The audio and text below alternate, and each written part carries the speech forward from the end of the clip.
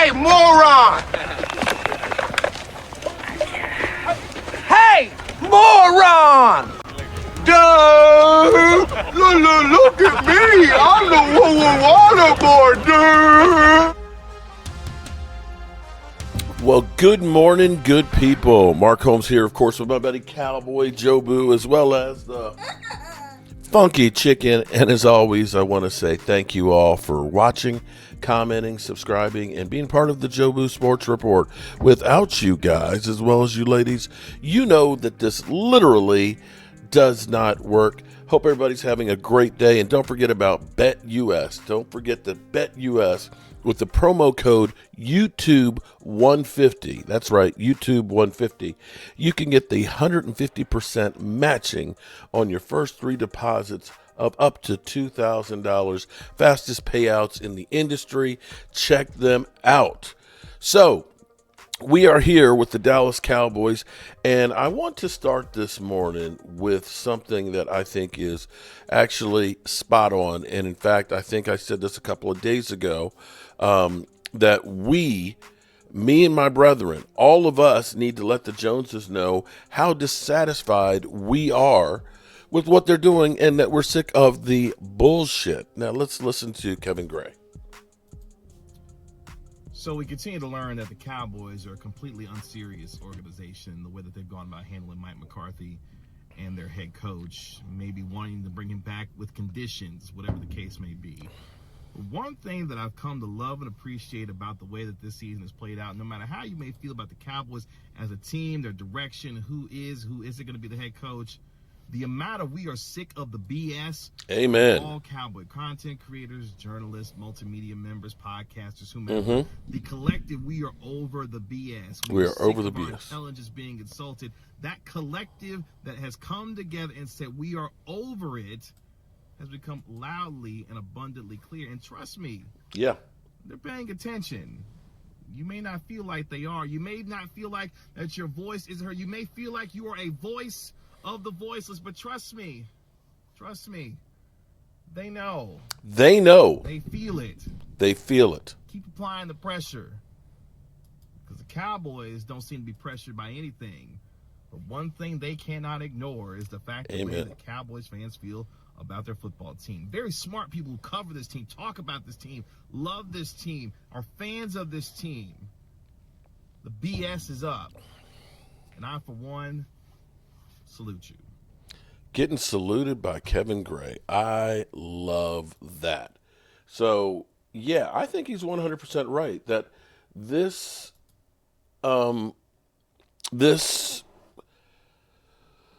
calling them out on the BS. You know, we're always told that everything is fine, trust the process, you know, we're doing the best thing and we know better. And, you know, where you get Jerry Jones talking about we're going all in.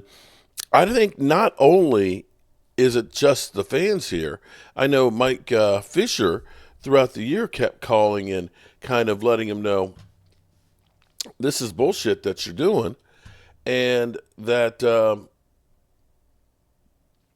we're not taking it anymore. You know, it's like we're not believing it. It'll be interesting to see how ticket renewals will be this year.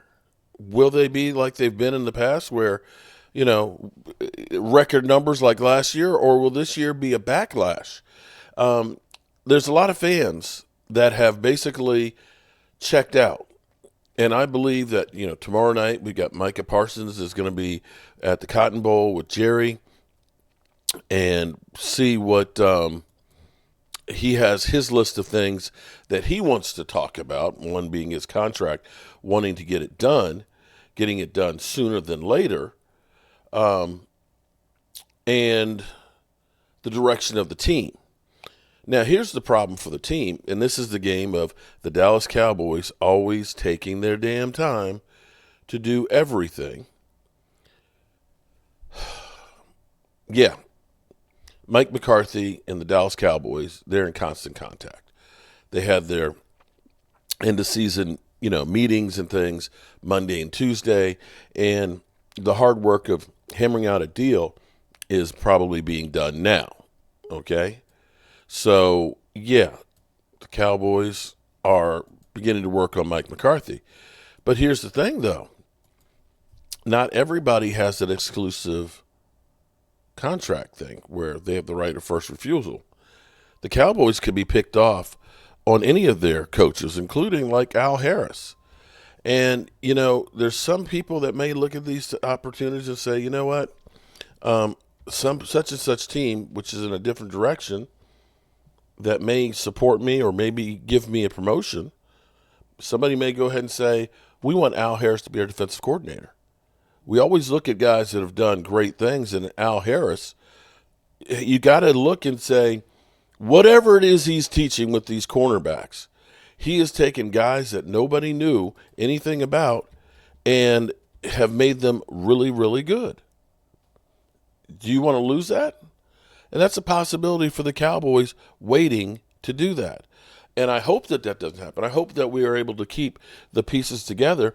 But more than anything else, I think the Joneses are going to have to do things differently than what they've done in the past to try and win back the fans. The fans are pissed. I mean, if you listen to my buddy like, say, Walker Wade, that's literally just putting them on blast. Maybe some people believe, okay, this year was purpose-driven to set us up. Okay, I can go there because the inactivity that we did, this is the opportunity to kind of reset everything. More than likely, D-Law is gone. Zach Martin will probably retire, and he'll be gone. And I don't think Brandon Cooks will be brought back. And at the moment, we have about, I think it's $15 million in cap space. We'll roll over about another 20. And, we'll be in pretty good shape as far as money goes. We'll be somewhere over $40 million before we do anything. If they do Micah Parsons' deal, and, Micah is basically saying, hey, I'm willing to work with you. If they work with Micah Parsons, that's about another $10 million on this year's salary cap. Now, I know you got everybody's, we got so many free agents. People. Stop the bullshit. You're falling into the Joneses, speak here. Well, it's going to be a really difficult season to sign people. We've got people that aren't here. Okay, we're talking about money that's already accounted for. The Michael Gallup $9 million is already accounted for in this contract, in this cap. The $89 million for Dak Prescott is accounted in there. We are, for the first time, starting an off season with actually having cap space, people. Usually we're 25. I remember one year we were $35 million over the cap and having to get under it before the league year started, in which case we were flipping triggers. We were cutting players to try and make some money. We're above that, people. We are above it. So when you start saying we can't, yes, they can. There's places they can restructure. Maybe they don't want to. I don't know that they have to restructure everybody to try and do something. But to go through and, like we've always heard with Jerry, this year we're going all in. We're going all in. Okay, well, we hear you saying that, and then you proceed to tell us that Derrick Henry is too expensive. Okay? So we're sick of the bullshit. And so we need to see something other than Jerry and Steven speak to prove that you're actually going to do that. And I think that that's Micah Parsons as well. Micah Parsons is like, damn, I'm towing the rope of what I should be doing. I am giving it everything that I got. I am one of two players to start their career out with double-digit sacks every year. Every single year. And if you don't think that that's something, bro, I'm pulling up real quick here.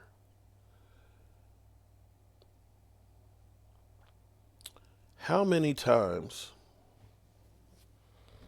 Charles Haley, 100 and a half sacks. Do you know how many times in his career he got over double-digit sacks? I'm sorry, 12 or more sacks. He did his rookie year. He did 5 years in, 16. And he did in the Super Bowl year in 94, 12 and a half. Charles had 3 years in his whole career, in his Hall of Fame career, of double-digit sacks. We have Micah Parsons in his first 4 seasons with 4. Oh shit! Oh shit! I think Micah Parsons has earned the right to say to Jerry, help.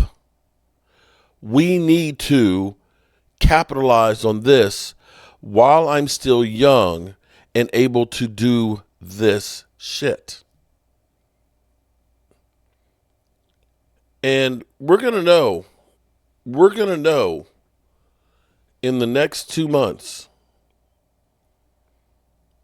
if it's all business as usual or if there's actually some real change. And I believe if we go through the end of March and we end up not re-signing Osa and Digazua or, Turpin and Rico Dowdle, and we're told that, we can't, and we're still dicking around with Micah Parsons' contract, there ain't no hope for next year. There's no reason to bring Mike McCarthy back if you're going to continue to do the same things. This is like literally, your son can't do math, but we're going to continue to send him to math class without trying to give him some help. If he's failing math class, what do? You get a damn tutor. You get him the tools to help them be successful. You don't keep doing the same thing over and over again. And this is the freaking Cowboys, what drives you crazy. We have done the same shit every freaking year, over and over and over again, and we expect this, this year, we're going to win the Super Bowl this year. This year going to be different. Why? We do nothing to help the quarterback and the coach. We only build through the draft. When we have a whole position flex, bro, it ain't going to be good enough. It ain't going to be good enough. And so, yeah, Kevin Gray is 100% right. We're all sick of the bullshit and don't believe him anymore. And nor should we until we see something different. And I think that they're going to need to make at least one big move to create a buzz to win back fans. Now, maybe some good news is Overshone has had a surgery and things, and he is resolved that he's coming back next year.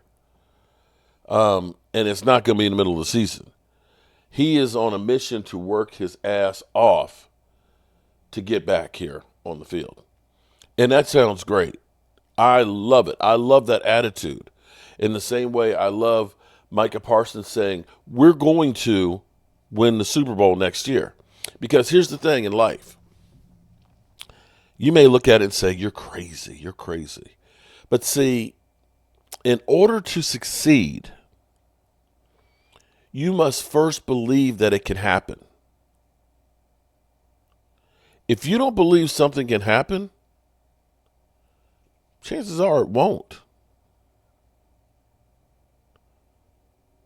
You come up with a dream and you work your ass off to get there. And I'm all for that. I have been told many, many, many times in my life, you can't. I remember doing YouTube. You're too old. You're too computer illiterate. You don't do your freaking hair, man. Look, you got just crazy hair. All that scruff on your face, you're not good to look at. I agree. I'm butt ugly. But here I am, 11 years later, with 135,000 subscribers. If I had said, you're right, I can't do this, I can't do it, and stopped, gave up, half-assed it, I wouldn't be right here. Now, truth in advertising, I have not made it yet. I have not. I'm doing good things with it, but I have not made it yet. I've got a long ways to go. But I believe that I am going to make it big. And I will continue on a daily basis to do everything in my power to make that happen.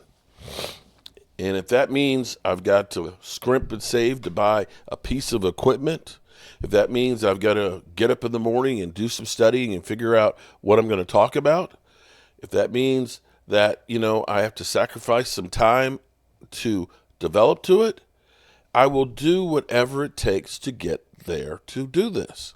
I'm not going to say I can't or it's too expensive. I'm going to find a way to make it work to live my dreams. And that's what has been lost by the Cowboys. And maybe it's because, as Doc Walker always would say, it's hard to be hungry when your refrigerator's full. It's hard to be hungry when your refrigerator is full. That's damn sure the truth. So, as we continue with the Mike McCarthy Coach Watch, where we believe that both sides want to be here together, we'll have to wait and see where it goes. Let's listen to Todd Archer and his take on it. Your reaction when the Bears reportedly reached out, asked for permission to talk to Mike McCarthy? It certainly made it interesting for Jerry Jones to have to make it, maybe right. make a decision sooner than he would want to make. If he grants permission, does that tell us that Mike McCarthy is not going to be back? If he doesn't grant permission, does that tell us he is going to be back? There are so many different things you can come up with through this coaching search. I go back, expect anything when it comes to this, because I go back to the last time Jerry had a coach with an expiring contract in 2019, when he interviewed Marvin Lewis and Mike McCarthy before making any announcement on Jason Garrett's status. So that's kind of where we are right now. Who the heck knows where they're going and how long this can take? I would think if it happens, it has to happen here soon. Yes. But why has Jerry left him dangling here? You either want Mike McCarthy or you don't. Right. You should be able to operate on parallel tracks during the course of a season and have a hypothetical list available in your desk drawer to say, this is where I want to go when the season ends. We've seen other teams already make moves either designed to keep their coaching staff and GM or go out and make this call. Jerry has a Netflix series coming out called The Gambler, right? That's supposed to come out at some point here in 2025. I don't know if he's much of a gambler anymore. This is just not how he operates. He takes his time on things and doesn't make the bold moves that everybody expects him to make. Maybe that will come back here soon, and I'll look like a fool for saying that. But I don't know why that this wasn't a decision that could have been made yesterday. Certainly can be made today, and hopefully by the end of the week. McCarthy's contract expires, Dan, on Wednesday. Cowboys have exclusive negotiating rights through January 14th. I would think if I'm Mike McCarthy, I want to know by Wednesday, because I want to know, should I look into the Chicago thing? Yeah. Should I look into these other jobs that these people who might want me as coach? But Todd, you've been around this franchise a long time. How much does Jerry love the attention? Like his team stays in the news cycle constantly because he doesn't wrap anything up. Micah Parsons' contract won't be wrapped up quickly. Dak's wasn't. CD's wasn't. You're a head coach here. It almost feels like I want you to keep talking about my franchise.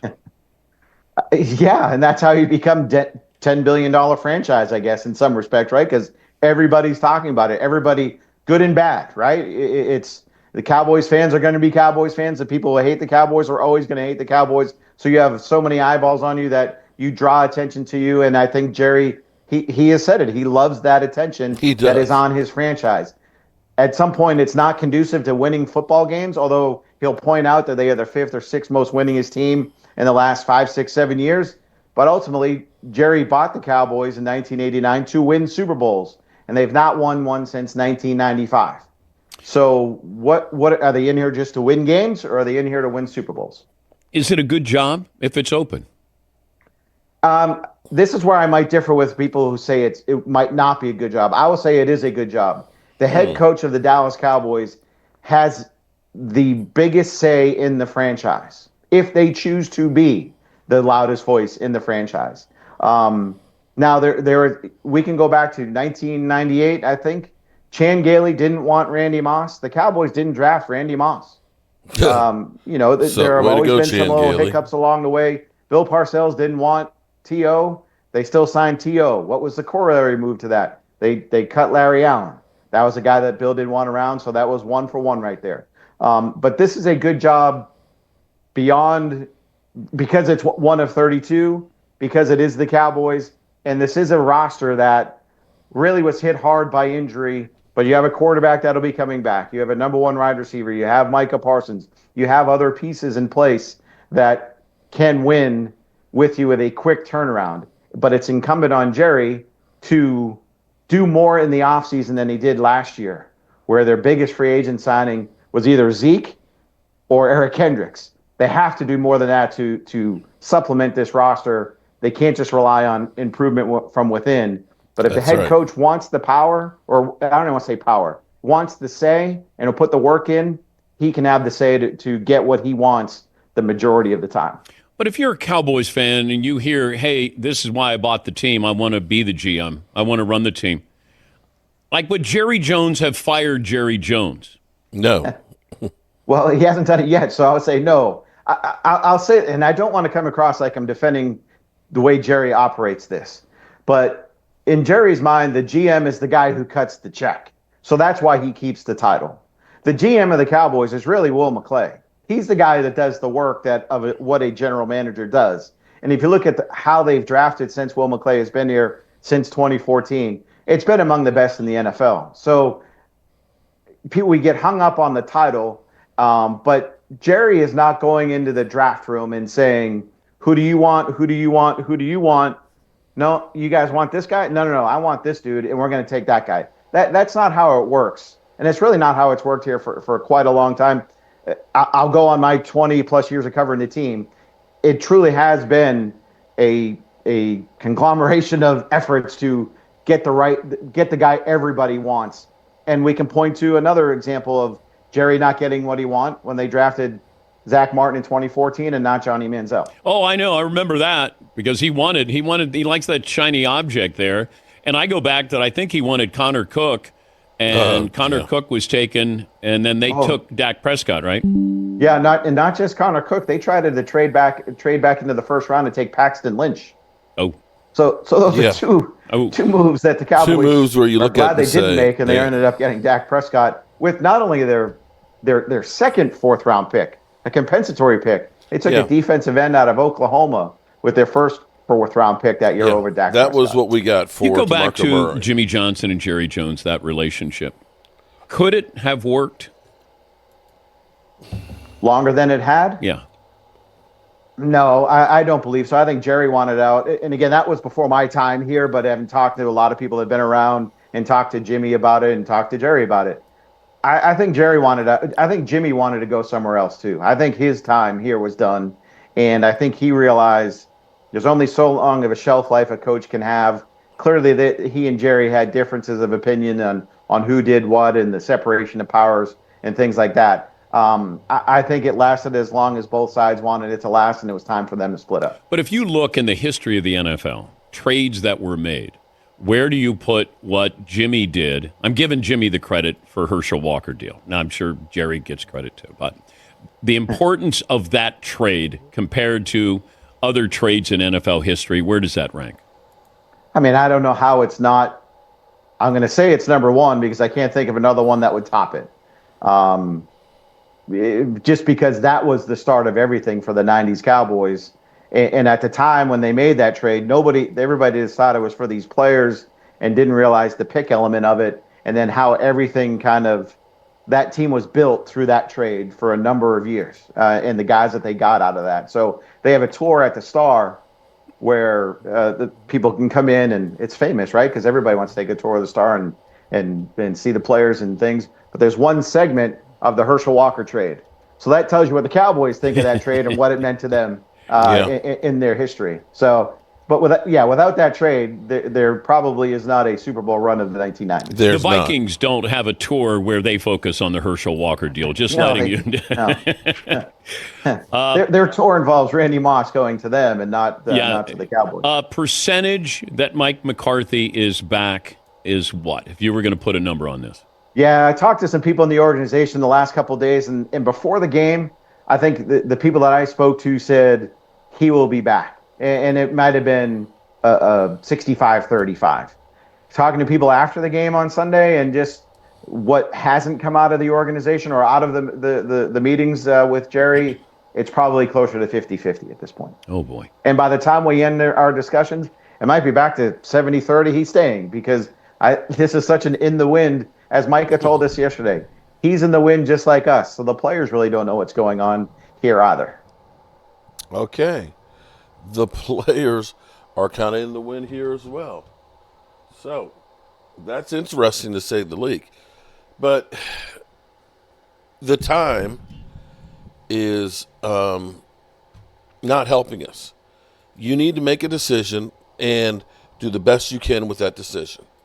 There's not a lot of great candidates that are out there. I don't see Mike McCarthy going through and saying, hey, let me go ahead and do this Bear interview with, 10, 12 other people? Because the chances of getting that job probably aren't that good. And what you're now doing is you're actually making the negotiations a little bit harder for you with the Joneses. So I think both sides need to go ahead and just get this thing done and try and make it so we don't lose pieces that are going to be important. But again, if we don't do things differently, and right now, getting Mike McCarthy done, getting your coaches under the back in here, and developing a plan is doing something different. And they definitely need to make a move that's big. Alrighty, good people, as always, we appreciate you guys, and we'll keep you up to speed with everything that is the Dallas Cowboys. And don't forget to check out, I'm beginning to try and do stuff. Okay, let me be real here. This season has been terrible on me. Terrible. I mean terrible. I have eaten so much junk and sugar and candy bars and all. Philly 500 talking about me stress eating. I think he's talking about me stress eating because he's been worried about me.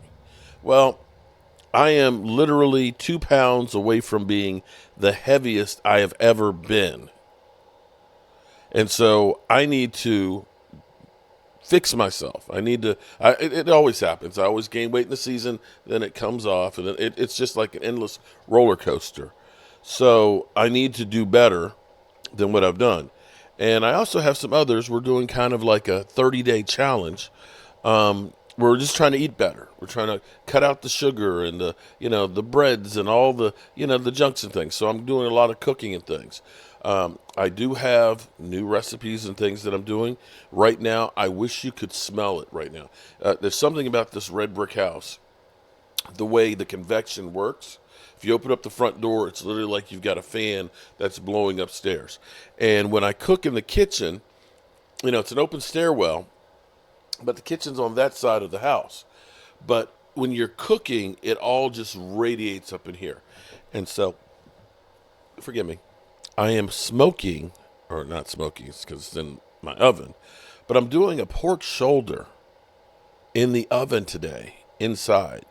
So I'm trying something different, but I've got some new recipes, my Peruvian chicken, my green sauce, and things in there, my clam chowder. So if you are cooking and trying to cook on a budget or having to cook for a lot of people and you're on a budget, or if you're just trying to look to find things that are, a little bit healthier or less sugars and bad things and stuff, that would be the thing to check out. cooking and tailgating with Jobu, because I'll be putting. I made split pea soup yesterday, and I got to put the turnip greens that we did. Oh my God, those were so good. As always, I appreciate you guys. Peace out.